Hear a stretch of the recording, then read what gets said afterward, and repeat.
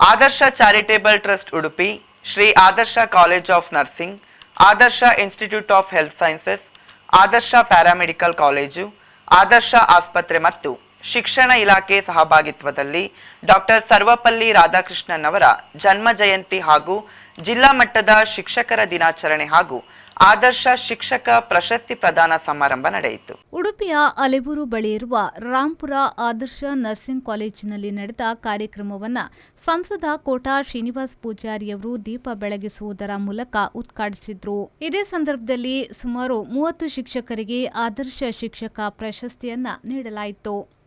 ಪ್ರಶಸ್ತಿ ಪ್ರದಾನದ ಬಳಿಕ ಸಂಸದ ಕೋಟಾ ಶ್ರೀನಿವಾಸ್ ಪೂಜಾರಿಯವರು ಮಾತನಾಡಿ 30 ಶಿಕ್ಷಕರನ್ನ ಉತ್ತಮ ರೀತಿಯಲ್ಲಿ ಆಯ್ಕೆ ಮಾಡಿ ಪ್ರಶಸ್ತಿ ವಿತರಿಸುವಲ್ಲಿ ಪ್ರಮುಖ ಪಾತ್ರ ವಹಿಸಿದ ಡಾಕ್ಟರ್ ಚಂದ್ರಶೇಖರ್ಗೆ ಅಭಿನಂದನೆಯನ್ನ ಸಲ್ಲಿಸಿದ್ರು.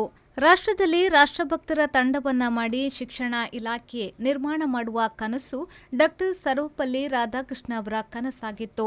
ವಿದ್ಯಾರ್ಥಿಯೊಬ್ಬ ತನ್ನ ಜೀವನದಲ್ಲಿ ತನ್ನ ಬದುಕನ್ನ ಕಟ್ಟಿಕೊಳ್ಳುತ್ತಾ ತನ್ನ ಬದುಕಿಗೆ ಒಗ್ಗಿಕೊಳ್ಳುತ್ತಾ ರಾಷ್ಟ್ರಭಕ್ತನಾಗಿ ಬೆಳೆಯುವುದು ಈ ಶಿಕ್ಷಣದ ಮೂಲ ಉದ್ದೇಶಗಳಲ್ಲಿ ಒಂದು ಎಂದು ಹೇಳಿದ್ರು. ಆ ಹಿನ್ನೆಲೆಯಲ್ಲಿ ಇವತ್ತು ಸ್ವಾತಂತ್ರ್ಯ ಬರುವ ಮುಂಚೆ ಶಿಕ್ಷಕರ ಸಂಖ್ಯೆ ಎಷ್ಟಿತ್ತು ಕೇಳಿದ್ರೆ 9ರಿಂದ 10% ಇದೆ ಅಂತೇಳಿ ದಾಖಲೆಗಳನ್ನು ಹೇಳ್ತಾರೆ. ಸ್ವಾತಂತ್ರ್ಯ ಬರುವ ಮುಂಚೆ 75 ವರ್ಷದ 72 ವರ್ಷದ ಹಿಂದೆ ಸ್ವಾತಂತ್ರ್ಯ ಬಂದು ಇಲ್ಲಿಯವರೆಗೆ ಶಿಕ್ಷಕರ ಸಂಖ್ಯೆ ಎಷ್ಟಿದೆ ಅಂತ ಕೇಳಿದ್ರೆ ನಿರಾಯಸವಾಗಿ ಅಕ್ಷರಾಭ್ಯಾಸದವರ ಸಂಖ್ಯೆ 95% ಹೆಚ್ಚಿದೆ ಅನ್ನೋದು ನಮಗೆ ಖಚಿತವಾಗಿ ಗೊತ್ತಿರುವಂತಹ ವಿಚಾರಗಳು. ಅಂದ್ರೆ ಸ್ವಾತಂತ್ರ್ಯ ಪೂರ್ವದಲ್ಲಿರುವಂತಹ ಶಿಕ್ಷಕರ ಸಂಖ್ಯೆಗಿಂತ ಅಪಾರ ಪ್ರಮಾಣದಲ್ಲಿ 3% ವಿದ್ಯಾವಂತರಿದ್ದಾರೆ ಅನ್ನುವಷ್ಟರ ಮಟ್ಟಿಗೆ ನಾವು ಬೆಳೆದುಬಿಟ್ಟಿದ್ದೇವೆ. ದುರಾದೃಷ್ಟಕ್ಕೆ ಸ್ವಾತಂತ್ರ್ಯ ಪೂರ್ವದಲ್ಲಿ 10% ಮಾತ್ರ ವಿದ್ಯಾವಂತರಿರುವಂತಹ ಸಮಾಜದಲ್ಲಿ ಕ್ರೈಮ್ ರೇಟ್ ಎಷ್ಟಿತ್ತು ಕೇಳಿದ್ರೆ ಇವತ್ತಿನ 95% ವಿದ್ಯಾವಂತರಿಗಿಂತ ಕಡಿಮೆ ಇತ್ತು ಅನ್ನೋದನ್ನು ನಾವು ಯಾರು ಬರಲಿಕ್ಕೆ ಸಾಧ್ಯ ಇಲ್ಲ.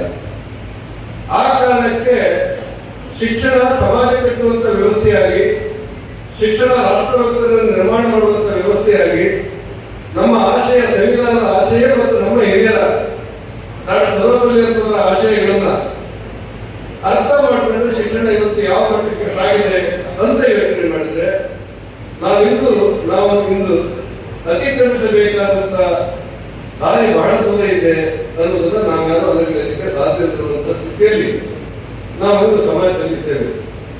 ಆ ಹಿನ್ನೆಲೆಯಲ್ಲಿ ನಮಗೆ ಎಂತ ಶಿಕ್ಷಣ ಬೇಕು ಅನ್ನೋದು ನಮ್ಮಲ್ಲಿರುವಂತಹ ಚರ್ಚೆ. ಈ ಸಂದರ್ಭದಲ್ಲಿ ಆದರ್ಶ ಚಾರಿಟೇಬಲ್ ಟ್ರಸ್ಟ್ನ ಡಾಕ್ಟರ್ ಜಿಎಸ್ ಚಂದ್ರಶೇಖರ್ ಆದರ್ಶ ಶಿಕ್ಷಕರನ್ನ ಅಭಿನಂದಿಸಿದ್ರು.